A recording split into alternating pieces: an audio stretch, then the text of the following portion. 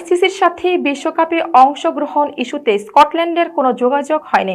তবে ভারতীয় একাধিক গণমাধ্যম গত 2 দিন ধরে সংবাদ প্রকাশ করছে যে বাংলাদেশ ভারতে খেলতে না গেলে বিশ্বকাপে টাইগারদের বিকল্প হিসেবে স্কটল্যান্ডকে প্রস্তুত রেখেছে আইসিসি। বিবিসি স্পোর্টস এক প্রতিবেদনে বিষয়টি সম্পর্কে তুলে ধরা হয়েছে। বিবিসি স্পোর্টসের ওই প্রতিবেদনে আরও বলা হয়, আইসিসি আগামী মাসে পুরুষদের টি-20 বিশ্বকাপে বাংলাদেশের প্রতিস্থাপনের বিষয়ে স্কটল্যান্ডের সাথে কোনো আলোচনা করেনি। তবে ডাক পেলে স্কটিশ খেলোয়াড়রা প্রস্তুত থাকবে। এদিকে বাংলাদেশ আইসিসিকে জানিয়েছে যে তারা দুই দেশের মধ্যে রাজনৈতিক উত্তেজনার মধ্যে আগামী মাসে টি-20 বিশ্বকাপে অংশগ্রহণ করতে ভারতে যাবে না। বিবিসি স্পোর্টস আরও বলেছে, আইসিসি ক্রিকেট স্কটল্যান্ডের সাথে এই পর্যায়ে সিদ্ধান্ত বা পদক্ষেপের জন্য যোগাযোগ করেনি।